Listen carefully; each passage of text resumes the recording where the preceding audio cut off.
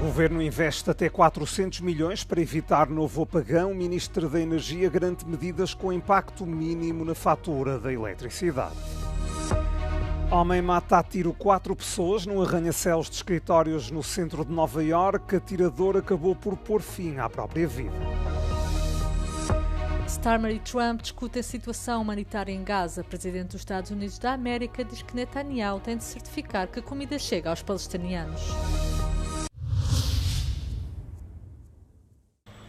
O pacote anti-apagão do governo português tem 31 medidas com um custo até 400 milhões de euros. O Executivo vai lançar um leilão para baterias de armazenamento até 2026 e abrir um concurso para projetos que melhorem a resposta de infraestruturas críticas. Há também a aprovação antecipada de 137 milhões de euros para reforçar a segurança da rede. Podemos e devemos retirar lições de eventos como este. E é o que fizemos e estamos a fazer. Não para garantir que não se voltarão a repetir, porque essa é uma promessa que ninguém pode fazer. Mas para assegurar que, se tal acontecer, estaremos ainda mais bem preparados e seremos ainda mais capazes. Portugal passará ainda a ter 4 centrais com capacidade de arranque autónomo do sistema. A Ministra do Ambiente e Energia garante que as medidas não vão pesar na carteira dos consumidores. Estima um impacto de 1 cêntimo por cada 25 euros da fatura de eletricidade. Os crimes aconteceram ao final da tarde de segunda-feira em pleno centro da cidade de Nova Iorque. Um homem armado com uma espingarda invadiu este arranha-céus de escritórios e matou 4 pessoas. Uma quinta vítima foi ferida com gravidade, mas encontra-se estável no hospital. Our hearts are heavy. 5 innocent people shot tonight.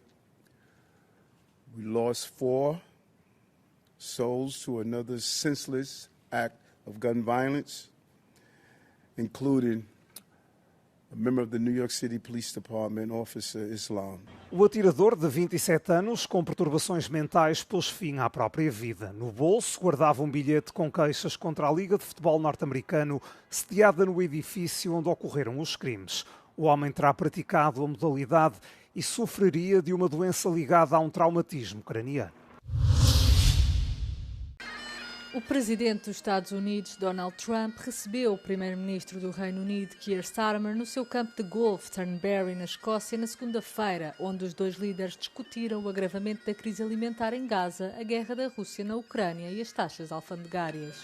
Trump disse que planeia reduzir o prazo de 50 dias que estabeleceu anteriormente para a Rússia aceitar um acordo de paz na Ucrânia e mostrou a crescente frustração com a atitude do líder russo. I'm going to make a new deadline of about 10 or 12 days from today.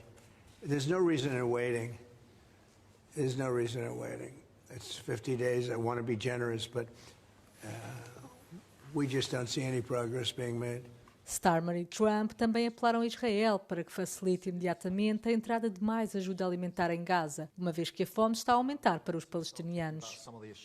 Trump disse que o governo do primeiro-ministro israelita Benjamin Netanyahu tem a responsabilidade de entregar a ajuda que os Estados Unidos da América prometeram fornecer. We're giving money and things. He's got to sort of like run it. Well, I want them to make sure they get the food. I want to make sure they get the food, every ounce of food. I think you want the same absolutely. thing. It's absolutely. Because that food isn't being delivered, or at least all of it. Já Starmer disse que as pessoas da Grã-Bretanha estão revoltadas ao verem o que chamou de situação desesperada em Gaza. Trump voltará ao Reino Unido em setembro, onde será recebido por Carlos III. Vários dirigentes europeus manifestaram ceticismo face aos termos do acordo comercial provisório estabelecido no domingo entre a União Europeia e os Estados Unidos. O primeiro-ministro francês, François Bayrou, considerou que se tratou de um dia negro e que a Europa teve uma atitude de submissão. Mas outros, como o chefe do governo espanhol, Pedro Sánchez, manifestaram o seu apoio à Comissão Europeia, embora com reservas quanto ao conteúdo do acordo. Valoro o esforço que ha hecho a Comisión Europea. Valoro la actitud constructiva y negociadora que ha tenido la presidenta de la Comisión Europea y, en todo caso, respaldo este acuerdo comercial, pero lo hago sin ningún entusiasmo. O acordo é apenas preliminar e precisa ainda de ser desenvolvido, mas determina uma tarifa de 15% a aplicar sobre a maioria das exportações europeias. A taxa a impor às exportações dos Estados Unidos fica ainda por clarificar. Bisognerà lavorare ancora sull'accordo perché quello che è stato sottoscritto ieri è un accordo giuridicamente non vincolante di massima, quindi nei dettagli su alcune cose bisogna ancora andare, quindi c'è ancora, diciamo così, da battersi. A Presidente da Comissão Europeia indicou que as tarifas de 15% serão generalizadas e abrangentes. Afirmou ainda que o entendimento irá trazer estabilidade às empresas, uma posição que é também defendida pela Ministra da Economia da Alemanha. Das Abkommen ist sicherlich in der Höhe mit 15% im Basiszoll eins, was uns herausfordern wird. Aber der gute Teil daran, es gibt Sicherheit. Já o governo português saudou o acordo pela salvaguarda de alguns pontos críticos, mas pediu esforços adicionais para uma gradual eliminação das barreiras comerciais.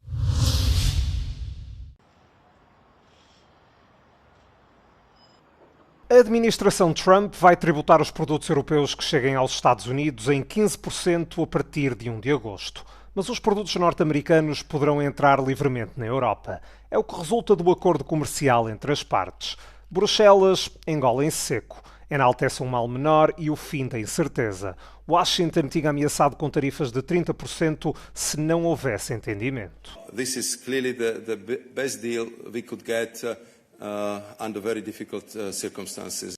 A União Europeia conseguiu apenas algumas isenções aos direitos aduaneiros de 15%. Devem ficar livres as aeronaves e respectivos componentes, certos produtos químicos, medicamentos genéricos e produtos agrícolas. A taxa norte-americana de 50% sobre o aço e alumínio europeus continua em vigor, mas deve ser suprimida mais tarde. Há um pequeno consolo. A atual tarifa de 27,5% sobre os carros europeus baixa para 15%.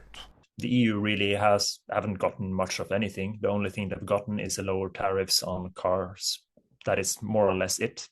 Of course, it's not nothing. It is good for the European car industry, but if you look at it in general, it seems more or less like a shakedown by Trump dictating the terms for the EU. It hasn't really been a negotiation at all. Por outro lado, a União Europeia comprometeu-se a comprar energia americana, incluindo petróleo e gás, e também equipamento militar dos Estados Unidos por um montante de 750 mil milhões de dólares. Prevê-se também que as empresas europeias investam 600 mil milhões de dólares em território norte-americano. It doesn't look very good because we were too much divided among the member states. And this has led the United States to consider that we were not going to retaliate and that we would accept any kind of deal to get at least one deal that brings stability, that brings a bit more certainty. Alguns países, como a França, defendiam uma linha dura e medidas de retaliação contra os Estados Unidos. Posição diferente tinha a Alemanha. Berlim queria um acordo a todo custo para evitar uma guerra comercial e rapidamente mostrou satisfação. Fortes chuvas atingiram o nordeste da Roménia durante a noite de segunda-feira, causando inundações repentinas que mataram pelo menos uma pessoa e forçaram centenas de outras a fugir. Várias aldeias e pequenas cidades foram afetadas, uma vez que um dos rios do norte da Roménia teve o caudal mais elevado das últimas 5 décadas, de acordo com um funcionário local. Foram enviados helicópteros para salvar as pessoas que ficaram retidas nas casas inundadas. Entretanto, a Turquia e a Albânia, países vizinhos, continuaram a enfrentar incêndios florestais no meio de condições extremas. No fim de semana deflagraram chamas perto de Bursa, a 4ª maior cidade da Turquia. Um incêndio florestal a nordeste da cidade foi praticamente extinto, mas outro a sul continua a arder, embora a sua intensidade tenha sido significativamente reduzida, segundo o Ministro dos Negócios Estrangeiros. Mais a oeste, o Ministério da Defesa albanês registrou 6 fogos na segunda-feira, após 2 semanas de incêndios que destruíram milhares de hectares de floresta.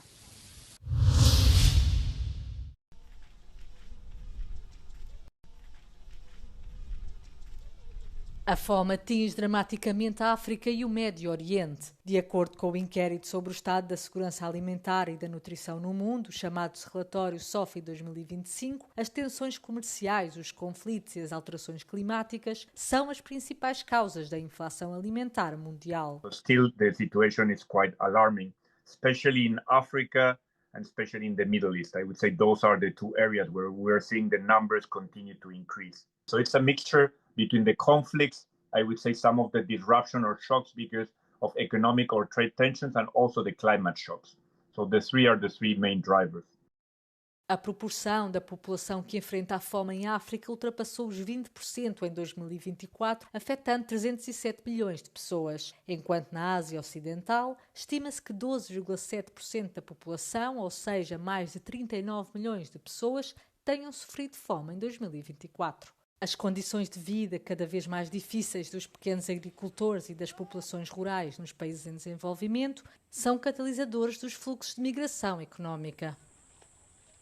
It's very clear that when people do not have the ability of really having a livelihood where they are, then they are forced to migrate. So there's obviously a relationship many times between migration, the ability of feeding themselves, the ability of also saving with that food production.